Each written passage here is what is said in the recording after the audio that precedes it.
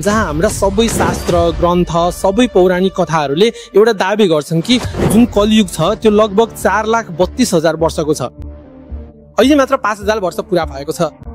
तपाईँ त्यही दाबी गर्नुहुन्छ कि यो केवल 5,000 वर्षको मात्र हो र आउने केही वर्षमा अर्थात् 2032 सम्ममा कलियुग समाप्त हुनेछ र भगवान कल्कीको अवतार हुनेछ, सत्ययुग प्रारम्भ हुनेछ। भविष्यवाणीका अनुसार 2032 मा सत्ययुग प्रारम्भ हुनेछ। कलियुग आफ्नो अन्त्यमा छ। कलियुग अन्त्य भइसकेको छ, तर त्यसलाई तोड्नको लागि अर्थात् कलियुगको जुन संरचना छ त्यसलाई तोड्नु पर्छ।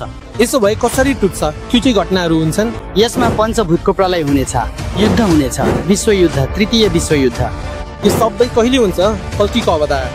कल्की अवतार भइसकेको छ। सत्ययुगमा मानव जीवनको उत्पत्ति हुँदा कस्ता मानिसहरू हुनेछन्? के हामी त्यहाँ हुनेछौँ? यसबारे मलाई बताउनुहोस्। सत्ययुग 32 मा आउँदा कस्ता मानिसहरू हुनेछन्?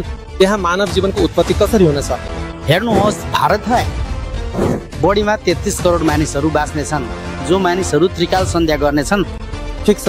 जो मानिसहरू भागवतजी पढ्नेछन्, जो भगवान कल्की प्रति समर्पण गर्नेछन्, जो भगवान कृष्णको भक्ति गर्नेछन्, उनीहरू मात्र रहनेछन्।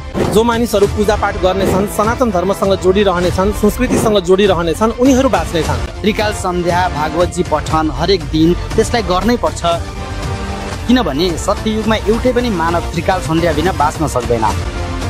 सबै मर्नेछन्, भोजन मिल्दैन, भगवानको मन्दिर तोड्छन् नि, खानलाई मिल्दैन, भोको प्यासी 2-3 महिना यस्तै घाम खाएर मर्नेछन्। यो शास्त्रमा लेखिएको छ, म भन्दैछु, मालिकाको बाणी हो।